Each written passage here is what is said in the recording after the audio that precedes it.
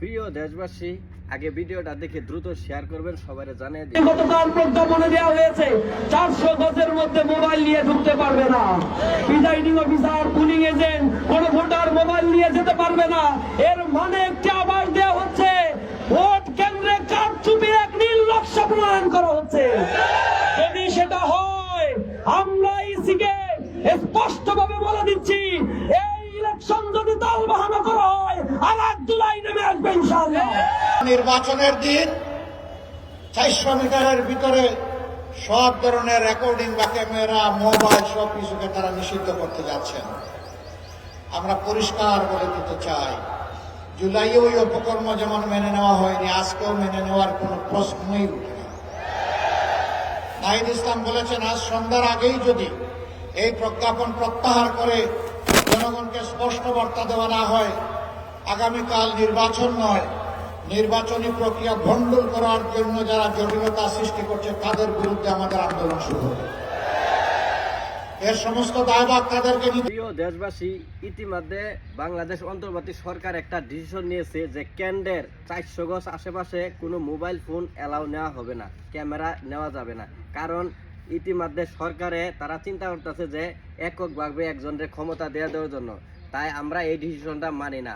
ইতিমধ্যে জামাতের আমিররা এবং সব নেতারা সিদ্ধান্ত নিয়েছে, আজকে সন্ধ্যার ভিতরে যদি এই নিয়ম প্রত্যাখ্যান না করে তো বাংলাদেশের নির্বাচন বন্ধ। একদম সঠিক কাজ করেছে।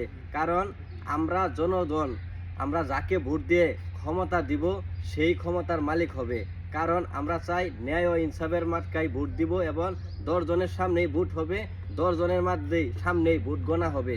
কোনো আউলে কোনো ভোট গণাগণি কোনো সুযোগ হবে না। কারণ কেন্দ্রে মোবাইল লয়ে যাইব এবং মোবাইল নিয়ে আসবো। কারণ আমার ভোট আমি দিতাছি, সুরের পক্ষে দিতাছি না ইনসাফের পক্ষে দিতাছি, সেটা ভোট দিয়ে এবং ভিডিও করে নিয়ে আসবো, ছবি তুলে নিয়ে আসবো। আমাদের ডিসিশন হয়েছে এটা। আমরা এই 2026 সালে আইসা কোনো সুরদেরকে সমর্থন করি না। তাই ভিডিওটা দেশবাসীর কাছে অনুরোধ থাকবো, বেশি বেশি শেয়ার করেন। এবং প্রশাসনের কাছে একটাই দাবি, আমেরিকা থেকে আপনাকে আইন না এখানে ক্ষমতা দেওয়া হয়েছে কিসের জন্য? সুষ্ঠু নিরাপদ একটা নির্বাচন করার জন্য। কিন্তু আপনাকে এই নিরাপদ দেওয়া হয় নাই, ক্ষমতা দেওয়া হয় না এই কারণেই যে একতরফা নির্বাচন দিয়ে একজনকে ফাঁস করে দেবে। এটা হচ্ছে ভোট চুরির একটা কারসানি চলতেছে। তাই এই আইন আমরা মানি না। আমরা দেশের মানুষ সুষ্ঠু নিরাপত্তা একটা ভালো নির্বাচন চাই, যাতে জনগণ ভোট দিয়ে ক্ষমতায় নিবে। কিন্তু চুরি চামারি চলবে না, মোবাইল ফোন অ্যালাউ দিতে হবে। তা না হলে নির্বাচন বন্ধ বলছে জামাতের আমির, 100% বন্ধ। কারণ আমরা জনগণ ভোট দিতেই যাবো না। কারণ হলো অন্তর্বর্তী সরকারই থাক 10 বছর, তারপরে কোনো চুরদের হাতে দেশ তুলে দিব না ইনশাআল্লাহ। ভিডিওটা সবাই বেশি বেশি শেয়ার করবেন যাতে সবাই দেখতে পারে।